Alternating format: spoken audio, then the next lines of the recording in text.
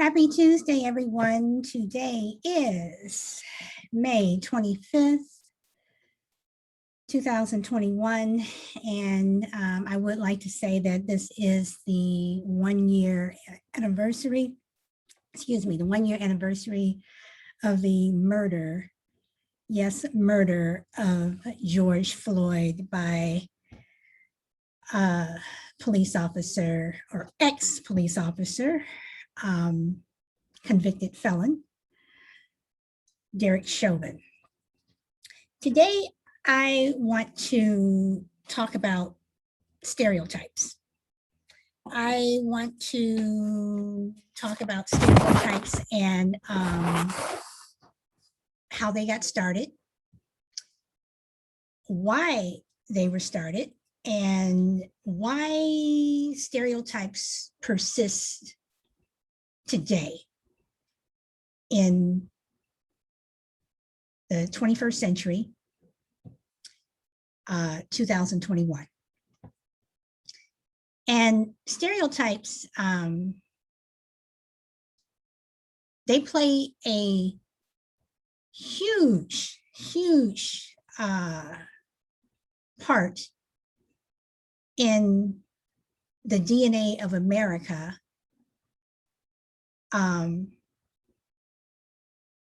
of our racist history, of our violent history. Again, you know, I go back to saying, and I know I'm going to get slammed for this, I always do, of how America can tout itself to be democracy, you know, freedom, you know, rights for everyone. But that's not true. That's not true. And the people who feel it the most, the people who really feel it, are African Americans or people of African descent. But I never want to leave out the Native Americans because they have just been shit on in this country. I mean,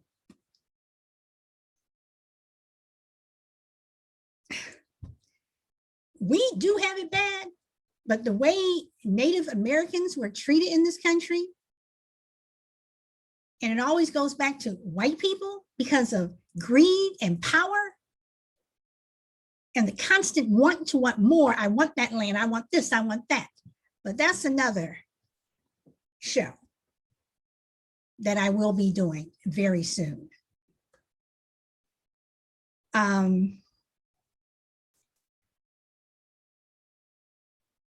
Stereotypes in America really got started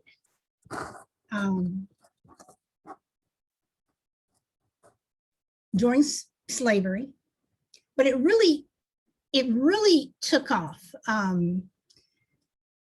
Stereotypes really took off when slaves were freed, when they had their freedom.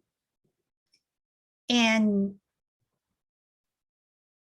to go back with a little history, I'm going to talk about watermelon. On many plantations in the South, watermelon was grown, and it was a fairly easy crop to grow. And you had slaves who were tasked with, you know, growing this watermelon. And the slave owners would, you know, would give slaves watermelon if they did a good job.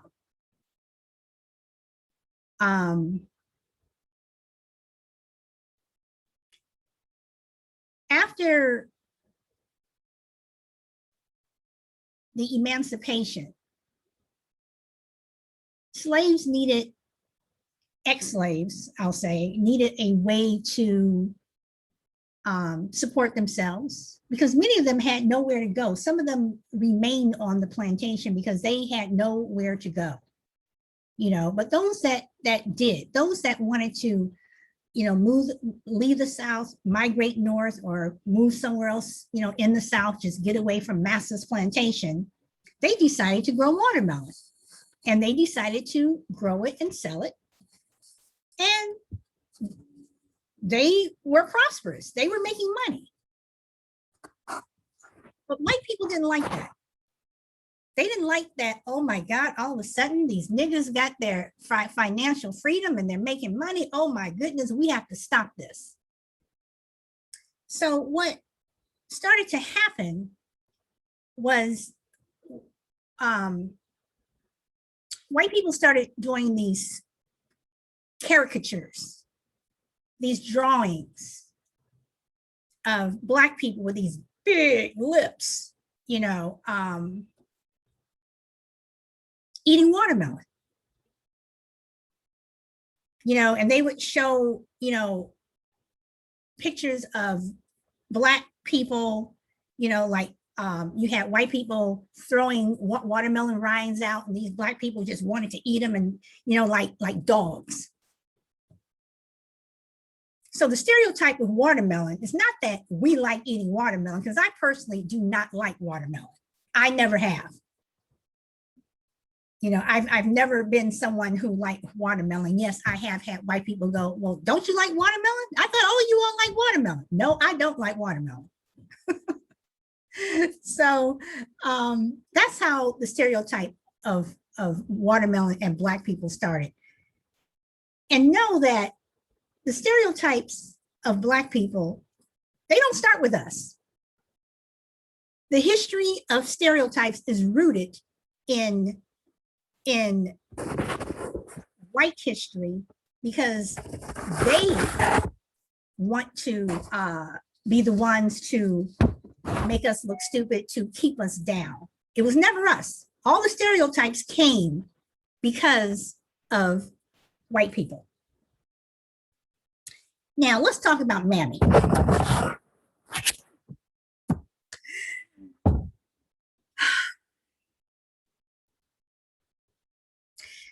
The term Mammy, again, started with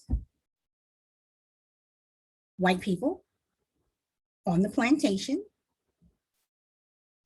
Mammy was usually the person who took care of Massa's children.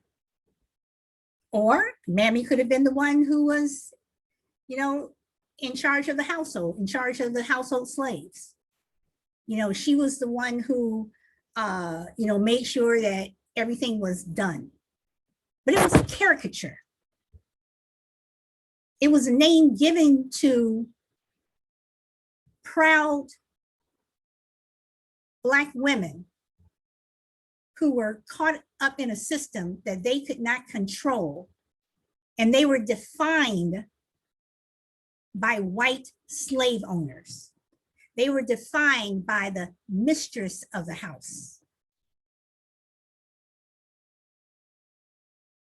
And usually Mammy was always depicted as this big, fat Black woman. But that wasn't always the case. A Mammy could have been a young girl, beautiful girl. But while the master was calling Mammy, Mammy during the day, he was sneaking into her bedroom at night. So Mammy was serving two purposes for Massa. That leads me to Mandingo. Let's talk about Mandingo. Once again, a term given to Black men during slavery by white people. Mandingo was this big Black buck who could, carry, trees, strong, you know, you want that big black buck who's going to work in the field. He's going to pick cotton. You know, he's so strong. But he was also supposed to be a breeder. He's supposed to go from cabin to cabin getting slave women pregnant so master can have more children for his crop. But you gotta be careful with Mandingo. You don't want him slipping into the mistress's bedroom, because these big black men, oh my God, they might rape our white women, because you know white women, they are just so precious. Right. That's where that Mandingo came from. That's where, you know, this fear of black men came from. It's rooted in slavery. So the people who want to stop the 1619, no, you can't, as I've said over and over and over, you are not going to go anywhere in history in America without tripping over one of us, because we're always there. We are entwined in this country. Mainly because white people put us here. So it offends me when people say, go back to Africa. You're the one that brought us here. You're the one that, you know, made it possible for my people to come here.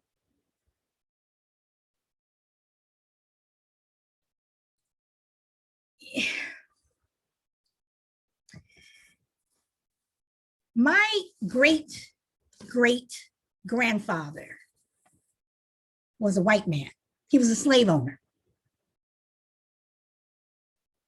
who raped my great grandmother.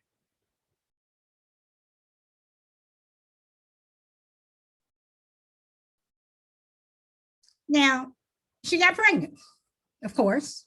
I wouldn't be here, you know, she got pregnant. Not like they got married. So I have some of you in me. I have some white in me. Most black people do. And many white people do too. You may not want to admit it, but yeah, there's some of us in there.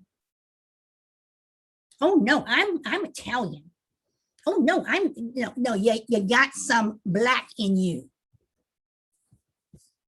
Because not only that, you had, you know, Mandingo, who didn't want to mess with the mistress, but the mistress, she wanted to mess with Mandingo. You can better believe that.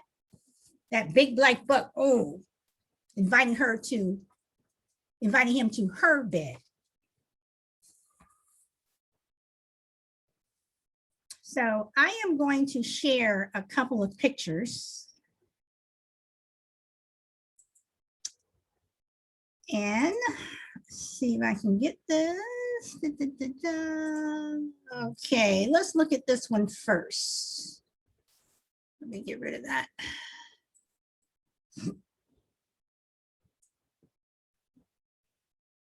This wasn't created by white people. This was not created by black people. This was created by white people. Look out for blackmail. And when this first came out, it was a pretty popular picture or postcard. It was really a postcard. And white people thought it was funny. White people used to collect, and some white people probably still have this in their trunks, in their attics, whatever. You know, they would collect this stuff. They would collect postcards.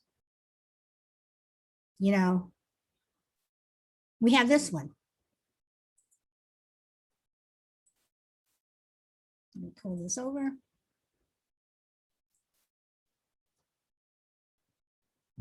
Soap, little nigger soap. This wasn't created by black people. Why would we demean ourselves like this? But white people love it. They love this crap.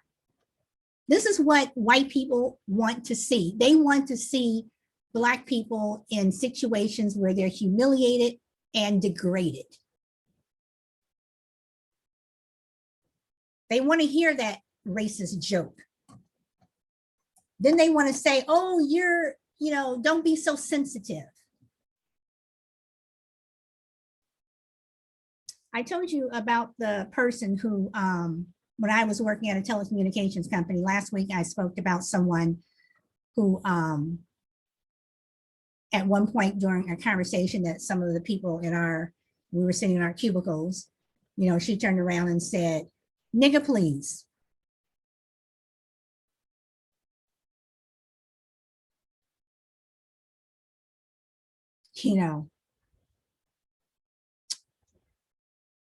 White people, I don't care how liberal they are. I don't care how woke they are. I personally, this is just my own personal opinion.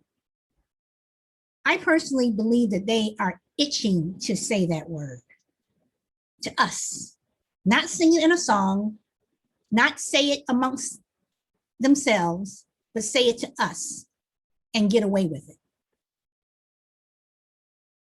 I know someone who would always tell me, the N-word is just a word. It's no big deal. It's just a word. And I would always ask him, well, then why are you saying the N-word? Why don't you say nigger? And he look at me, face turned red. So if it's just a word, why don't you say it to me? Why don't you call me a nigger?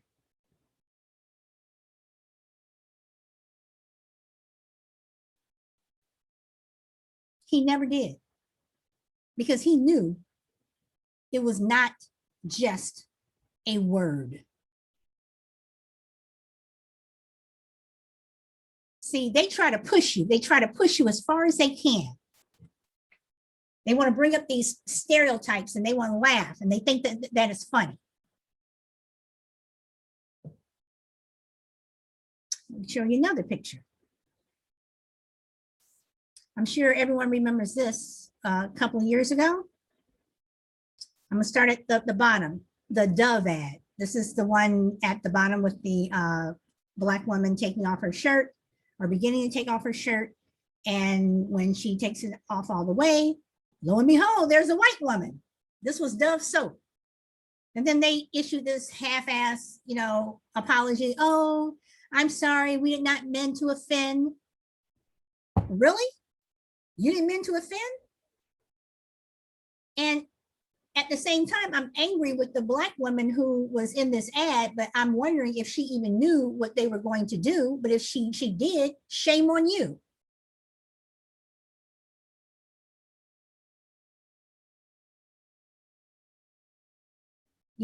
Cook's Lightning Soap.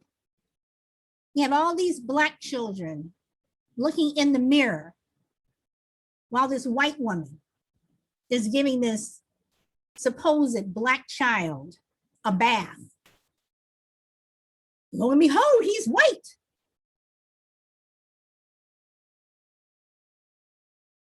And then you have another soap ad, with two Black children with the, Black child sitting in the tub. And after he bathes himself, the white child is saying, look, you're white, you're clean. These are stereotypes by white people. Black people did not create these stereotypes. So when you say, oh, it's all in fun, it's all in jest, no, it's not. I'm going to show you one. Alligator bait. Oh, sorry about that. Let me take this out.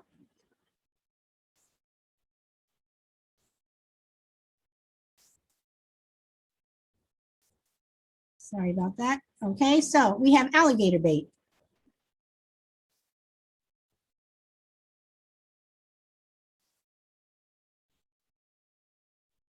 In Florida, at the turn of the century, and this is true, and it has been investigated and it's been documented, how white people would use children as alligator bait. Literally, children would just disappear. And usually they were young toddlers. You also had Black children who were fed to pigs and hogs. But even then, let's go back to the plantation in Florida, where if you did not do what master wanted you to do, or fast enough, or he didn't like what you were doing, sometimes he wouldn't beat you. He'd just take one of your children, feed them to the alligators. Do white children go through that?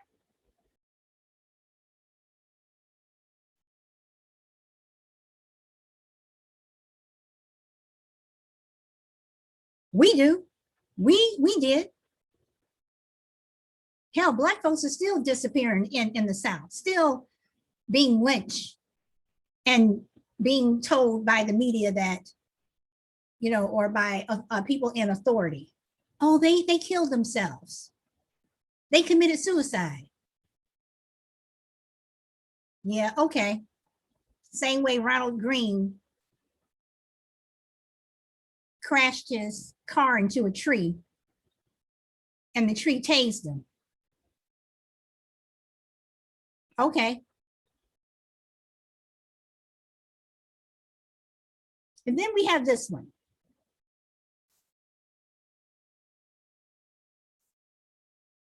General Electric.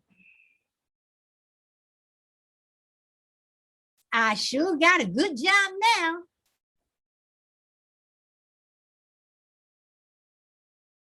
How come, you know, it's a garbage disposal, you know? How come there couldn't have been a white woman standing there, you know, oohing and ahhing over her new dishwasher or garbage disposal? But no, you have a Black Mammy. I sure got a good job now. Now, before I keep going, does anyone have anything to say? I see Shy Lady is on. Hey, I just find it, I don't know what year that ad General Electric had, but even to use the word eyes, that is a made up word. It also shows how ignorant, and I know it was used as a way to make fun of way to make fun of us, because a lot of times we were maids. My own grandmother, uh, who was born in 1920, she used to work for a white man as well in Chicago.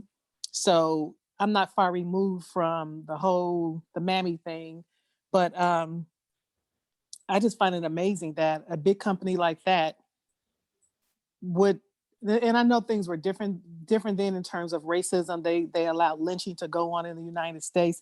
It was separate but equal and all of that Jim Crow stuff. But it just amazed me, the mentality of America. It just continued to amaze me. Just continued to amaze me. And stereotypes of Black people have been going on, as you pointed out, for centuries. But it's like in today's society, nobody wants to talk about. You have to continue to keep history alive, and that's why they have history courses in America, to teach people what happened so they can know the truth. But unfortunately, history in America for Black people is not the same in every classroom in every state. They want to shut our history out, but they want to continue to talk about the Revolutionary War and the Boston Tea Party. But they don't want to really talk about history that you just showed, and why to this day Blacks are still suffering from racism in this country. You don't want to talk about the ugly side of it. You want to always continue to paint your side as struggling white people coming from Europe to be freed from the awful vices of the British. They were struggling and they had to come up to America. You want that to be taught over and over so that you can continue to feel good about yourself and to say, this is our country. We came over here to escape the atrocities of the injustices and no freedom. You want to continue to perpetuate that, to say you are deserving of everything that you have here. That is what I see in my eyes. That this big thing to always continue to only talk about certain things in American history for most U.S. classes, elementary classes, middle school, high school, across the country, private school or public school, is generally the same. Everything that is really historic about this country is left out, and only bits and pieces of it is administered to the kids. And stereotyping, especially for Black people, it's just bullyism. It's been a big bully forever. You constantly want to bully us, and bullies like to belittle people, make them feel degraded, humiliated. That's what stereotyping is for us. That's what you've done to us for centuries. You've been this big giant blob called a bully for all this time, and we have not been deserving of your treatment. Well, you've made a lot of good points, and when you say that you're surprised at General Electric, a big company like that, but look at Dove. I mean, what the hell was this? I mean, this was like Yeah. what, 10 years ago, I think. Yeah. So I mean, it's like, really, and how many companies are still going back and saying, oh, I didn't mean to offend. Oh, I didn't mean to offend. Really? You did not mean to offend? And you're doing this, but then, we're accused of playing the race card, but the person who's been playing the race card for centuries have been white people. Yeah. So, when you look at this country and you go back and you look at the founding fathers, not that crap that Rick Santorum said, whatever, you look back at, who found this country. You have to look back at the Native Americans who have just been screwed over so much. Everything is, you have to be white. You have to be white. White is right. No, it's not. The fact that Native Americans are still feeling the effects of what was done to them centuries ago. These reservations that they're living on, in poverty. They're still feeling the effects of what white people did because of the want and the need for them for power and money and land. And I just think that that's, it just doesn't make any sense. Also wanted to show Dred Scott. Now, Dred Scott is important to me, at least to me, when it comes to stereotypes, because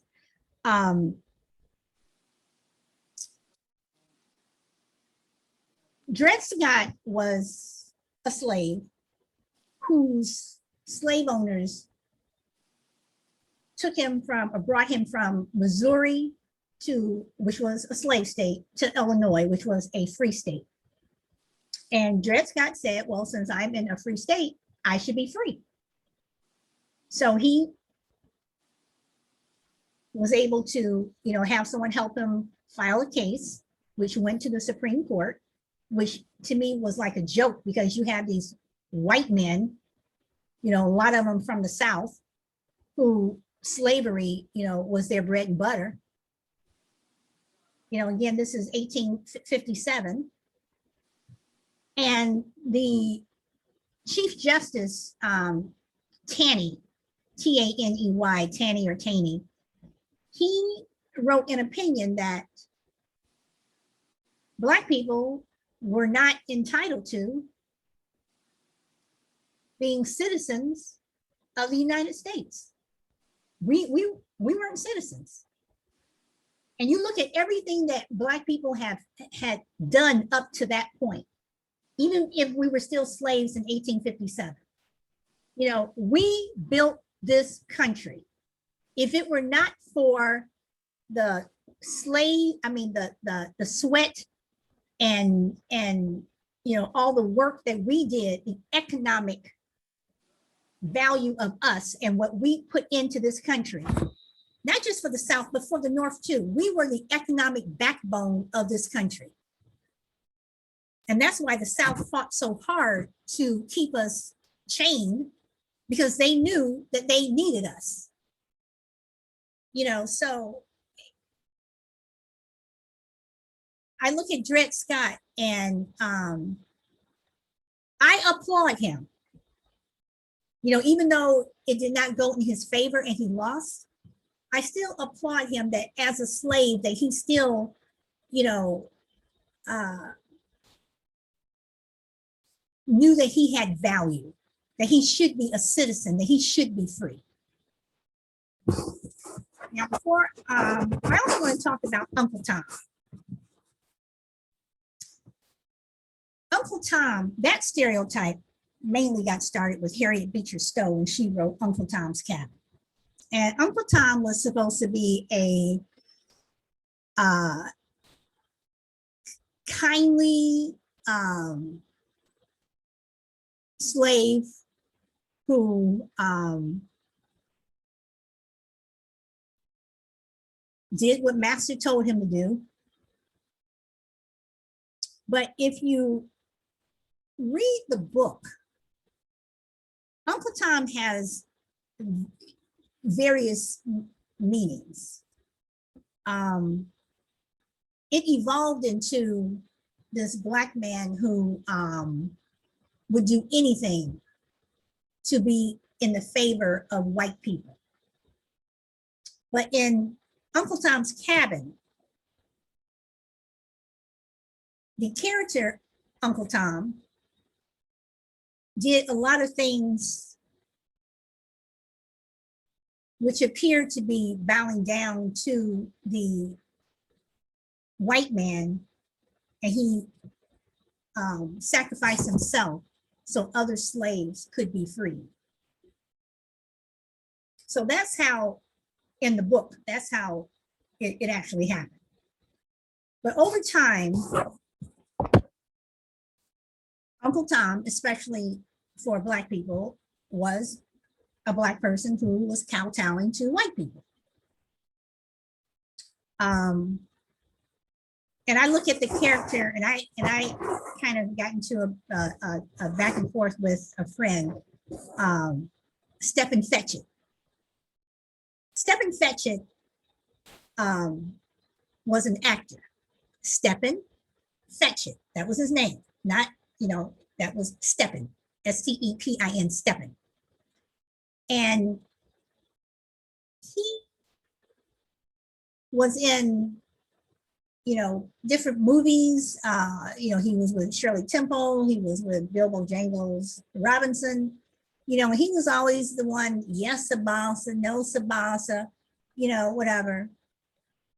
And if you look at his history and how he felt about doing those roles, he didn't like doing them, but he also wanted to eat. He also wanted to feed his family.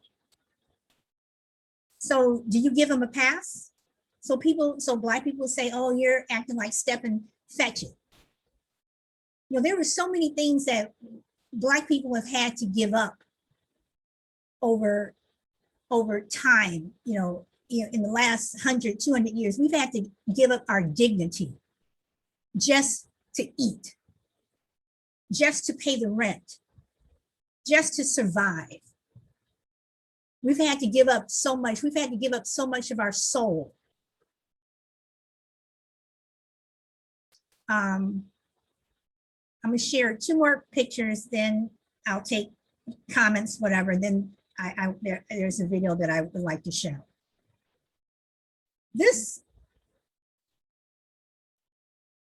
I've had this picture for a while, for a long time. Let's answer the scientific question. What's on a nigger's mind? Now, if you know the difference, with your brain, right brain, left brain, whatever. Apparently for niggers, the thing that matters the most is that we crave watermelon, crave drugs, alcohol, excuse my French, but this is what it says. And I'm not trying to make anyone, comfortable. Crave drugs, alcohol, pussy, gold chains, and drum beats, criminal behavior, vocal skills, responsibility, intelligence, hygiene, creative skills, must be viewed through a microscope, logic, proportion, all that is in the smallest part of our brain. This is what white people think. This is the stuff that they put out. This is the stuff that they're telling other white people. So that's where we turn into dumb niggers.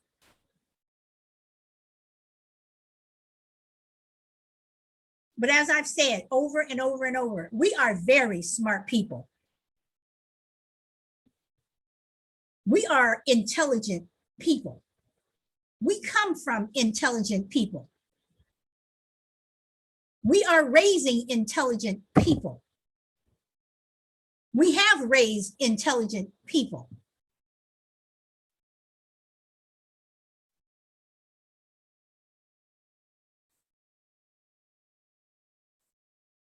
And here is a quote that I like.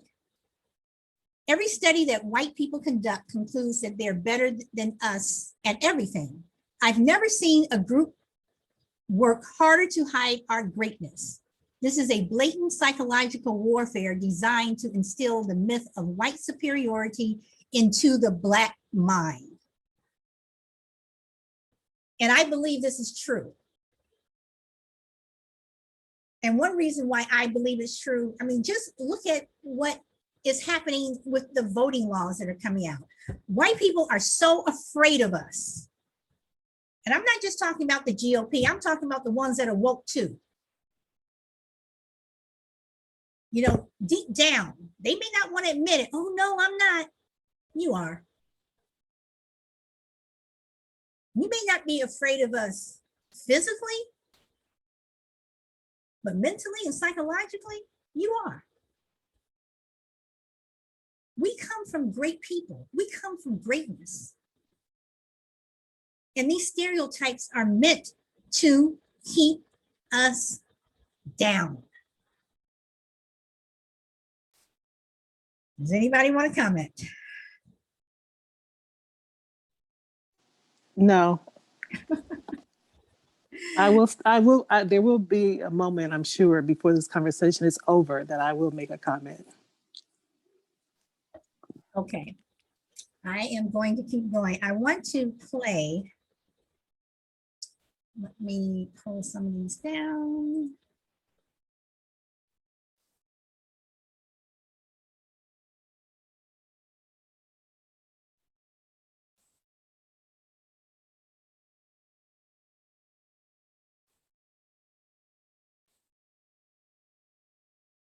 I'm not going to play this entire thing. I'm just going to play up to. A white hashtag took off in 2015. It drew attention to a larger conversation around whose stories get told and recognized. In 2016, the nominations came out, and again, there were no people of color in any of the acting categories. But it's equally important to discuss how Black stories have been told. The network does not want to see Negroes on television unless they are buffoons. There's a long history of grotesque racist caricatures depicting Black people as childlike, animalistic, or lazy. There's a wild old man that won't do nothing but tell stories. In order to justify slavery and the systemic mistreatment That's of Black step and people. fetch it. When you mock or belittle us, you enforce an existing system. Versions of these caricatures carried over into our earliest blockbuster movies and remained popular on screen. If you don't care what folks says about this family, I do. In large part because while Black characters have always been a part of American films, Black filmmakers and sometimes even performers tended to be excluded from their creation. If we look closer, numerous anti-Black stereotypes persevere in some form to this day across our films, TV shows, and culture. When Shonda Rhimes writes her autobiography, it should be called How to Get Away with Being an Angry Black Woman. Here's our take on the history of Black stereotypes on screen, where they come from, and how they still influence our society today much more pervasively than you might think. Cops everywhere staring down the barrel of a gun at a Black man don't see a human being. They see a caricature, a thug.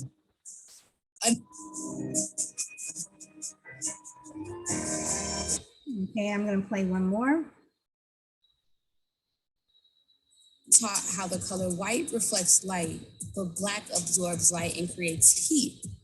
Thinking about the recent images I've seen of rallies and protests, I began to wonder if our Black skin had absorbed something to create a fire in us. But I already knew the answer. Even in my brief 17 years of existence, I've heard that my skin color means I'm stupid, I'm lazy, that I'm criminal. It doesn't matter if it's on TV or in person. If you're told something enough times, you begin to wonder if it's true. No, I'm smart. I work hard and I'm a good person. I know these ideas are wrong. So where did they come from? The light we studied in class came from the sun, a product of a violent collision of elements, emitting energy that we absorb every time we step outside. What collision created racism? And why did our society absorb this hateful energy? I went looking for answers. Some of the racist attitudes we face today seem to have started when slavery was institutionalized to justify the actions of the slave owners. This attitude was absorbed by founding fathers when our third president, Thomas Jefferson, claimed Blacks are inferior to whites. It was absorbed by scientists when they began comparing our physical features to apes. It was absorbed by criminologists who called us impulsive and lazy.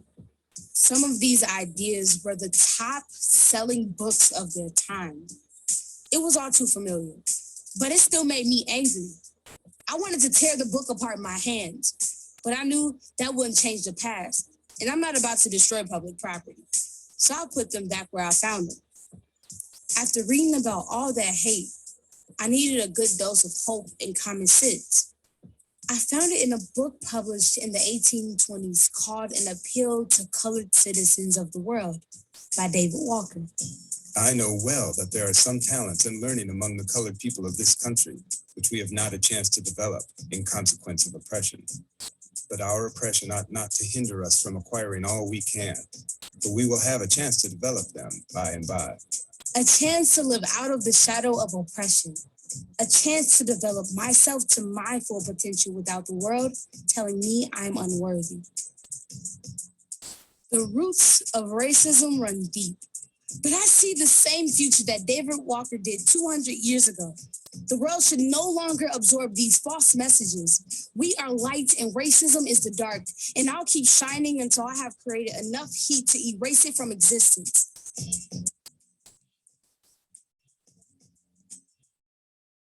Okay.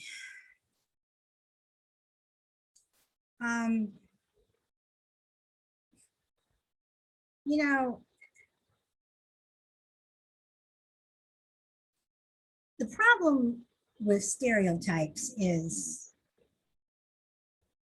they're like a meme.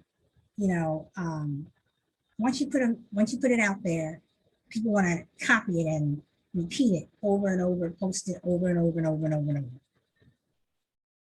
And the stereotypes that are out there,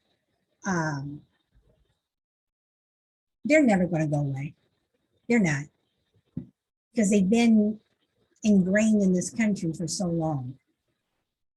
I mean, some of the ignorant stuff that I've heard over the years, literally, you're literally saying to yourself, really? You really believe that? Or you're just shocked that it even came out of someone's mouth, or you're just not shocked at all. It's just one of those things where Black people do, where we just shake our head, look at each other, shake our head again, and keep on going. Just keep on going, because if we look back, we're looking back at ignorance.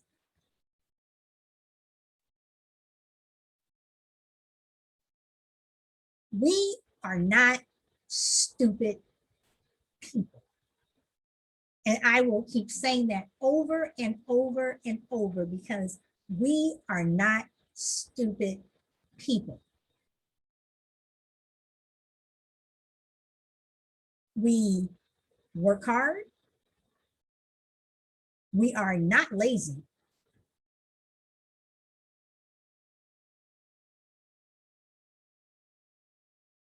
We're no one's mammy or buck or mandingo.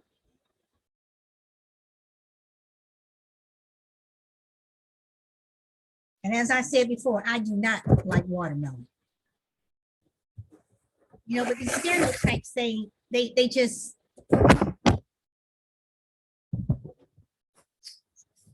dig themselves in, and they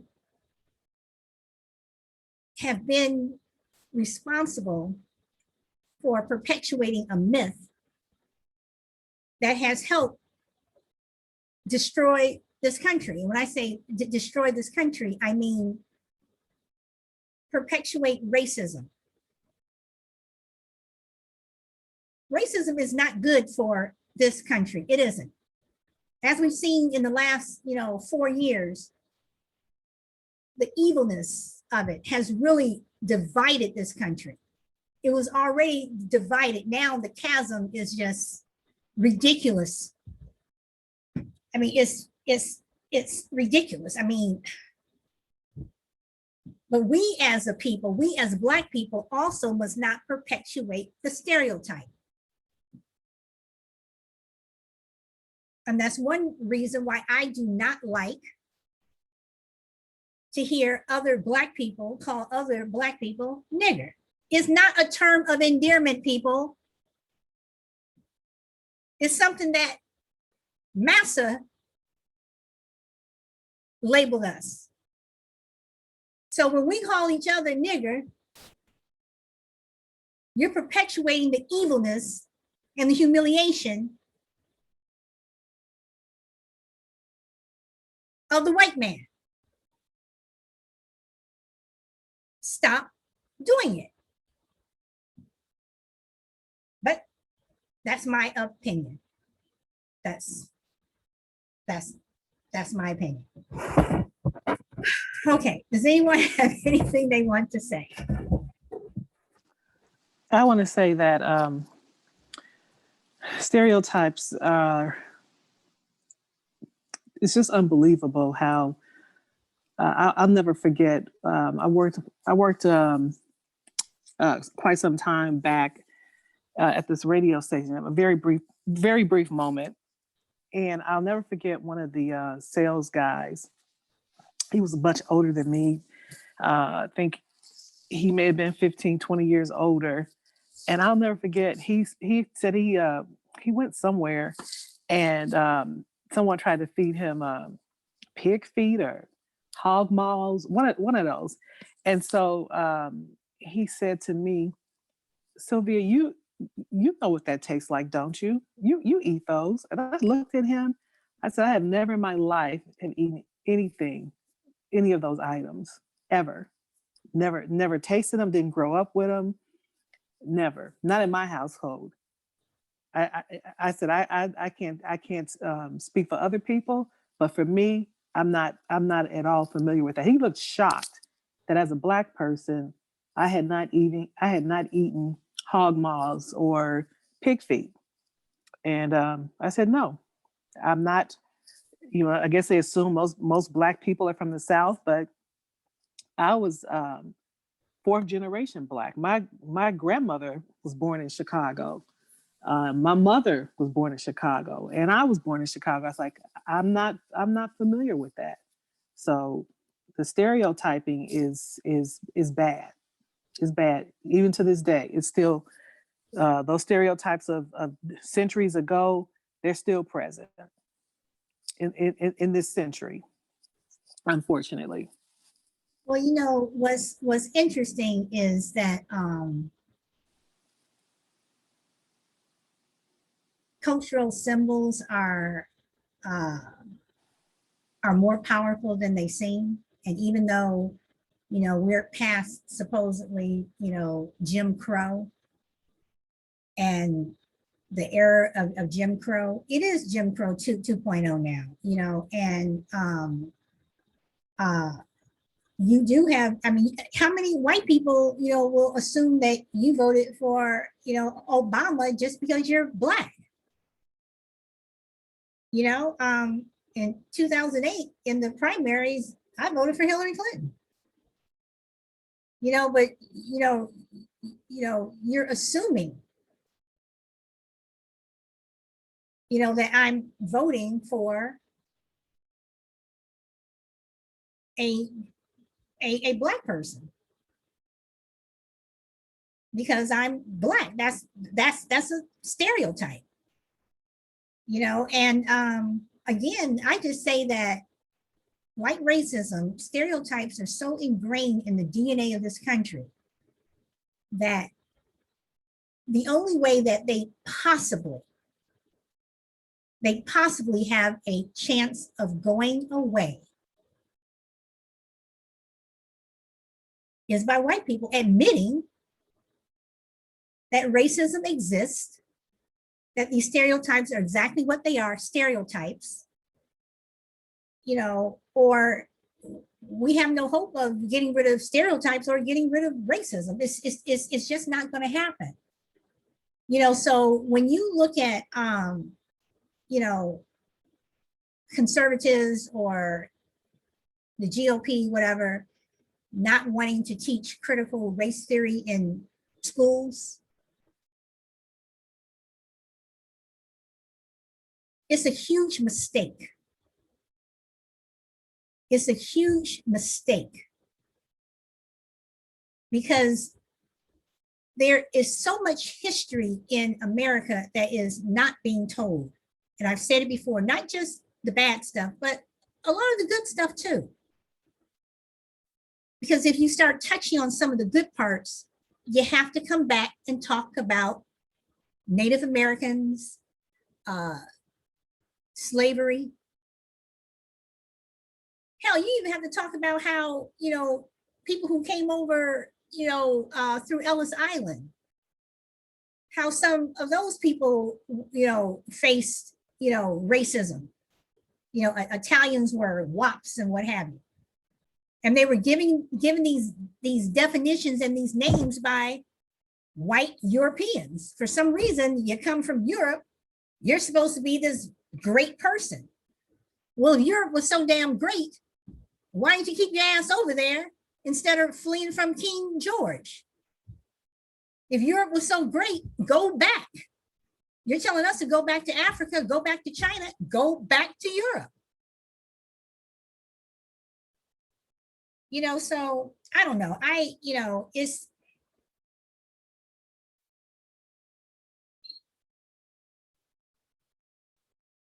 the stereotypes are just so degrading. And we have to make sure that we do not, if someone wants to throw a stereotype, up in our face or whatever, we have to make sure that we knock it back down, that we refute it in some way. Because one thing that I do not allow someone to do to me, and I've said it before, You're not going to degrade me. You can try to humiliate me.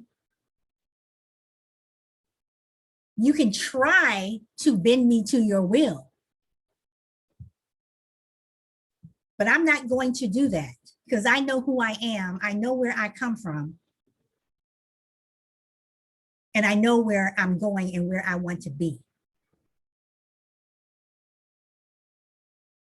So again, to these, Black kids out here who are falling prey to these stereotypes, you need to watch yourself. You need to be careful because you're falling in to that trap, into that trap that was made for us, that was purposely perpetuated and started way back when, even started during the Middle Passage. So again, does anyone want to make a comment?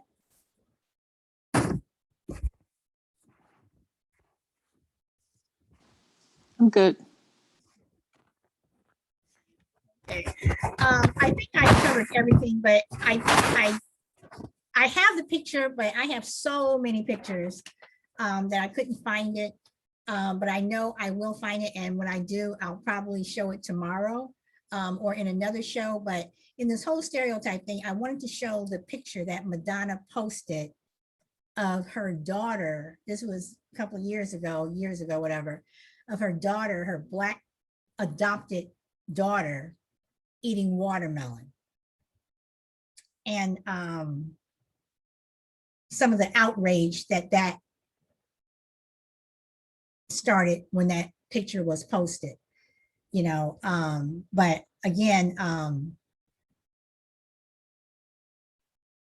every Black person does not like watermelon.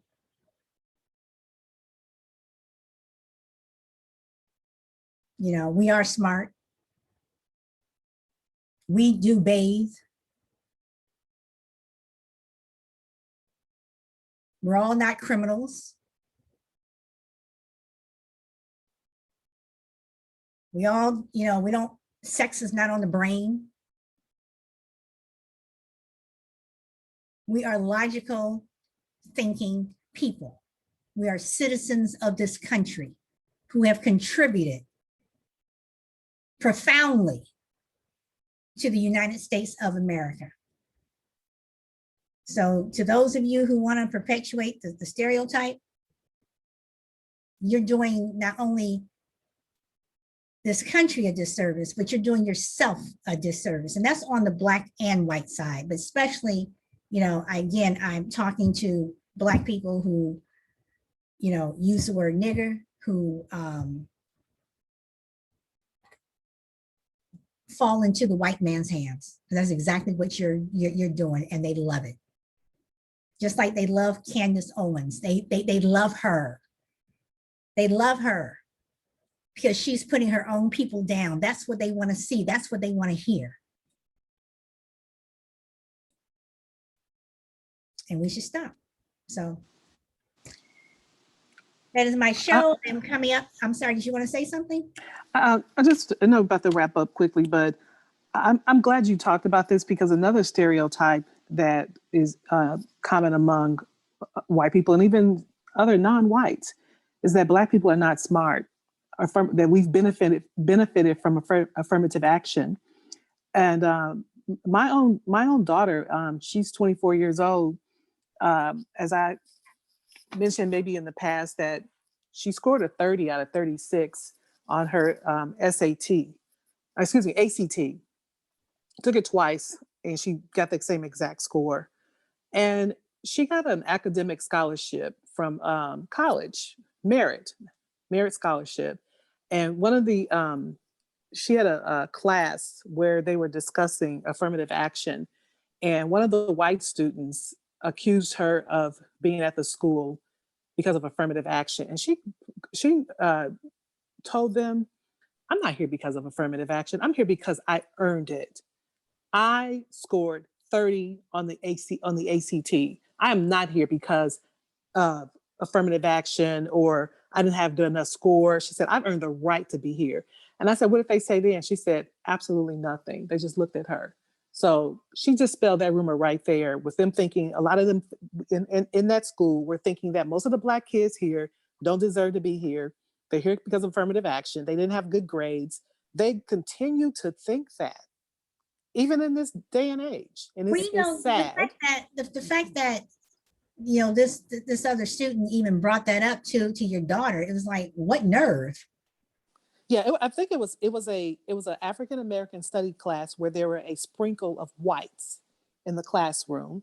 The teacher was an African teacher, I believe from Ghana, and I can't remember what subject they were on, but they were I think they were talking about affirmative action at the time. That was one of the subjects in the class, and a white student felt the need to point out that all of these students sitting in here are here because of affirmative action.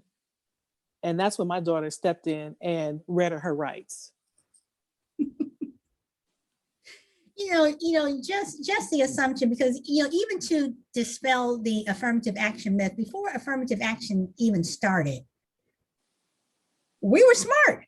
We were getting good grades in school. We were getting good grades on the SATs, the LSATs, the ACTs, whatever. We were doing this. So it just amazes me that that they want to think this, and it's like, well, can we jump back a couple of centuries and stuff? We are smart people. Yeah. But we're also a threat to them. We are also a threat. They don't want to be around smart Black people. Mm-hmm. There's I don't know. Again, I go back to the telecommunications, company that we worked at, and the majority of people with degrees were us. Mm-hmm. True. And the ignorance was them. Yeah. So again, it just amazes me, but our children will continue to do great things. Why? Because our children, when I say our children, I'm talking about Black people. Our children will continue to do great things because we come from greatness, and our children are great. Yeah. And I want to say this, not to interrupt you, but I have to say this because I thought it was like a punchline to my daughter's a comment to, or rebuttal to the student. She asked the student, what did you get? And the student would not reply. What did you get on your standardized test score to enter college? She had nothing to say. She turned around, rolled her eyes, and looked straight at the front of the class. Well, that's your answer, because exactly, if she got a 30 or 31, 32, she would have said it. She would have been throwing it right back into your daughter's face, because we know they're good at doing that. They're good at throwing stuff in our face. Exactly. So yeah. So but again, thank you guys so much for participating, showing up, even to my silent friend. Thank you. Thank you. Oh, Thank you so much. It was a great show, and I enjoyed listening to both you ladies. Well, I did tell her that you love her, so she knows. Oh yes, I love the way she speaks and her accent. I don't know if it's a Chicago accent or a Texas accent, but I love it. Thank you. Yeah. Okay, ladies. Well, thank you so much. And again, I will be uploading to YouTube. And as always, I'm Solid Blue Sister. Speak your truth. And I will see you tomorrow. Have a good day. Bye. Same to you. Bye. Bye. Bye.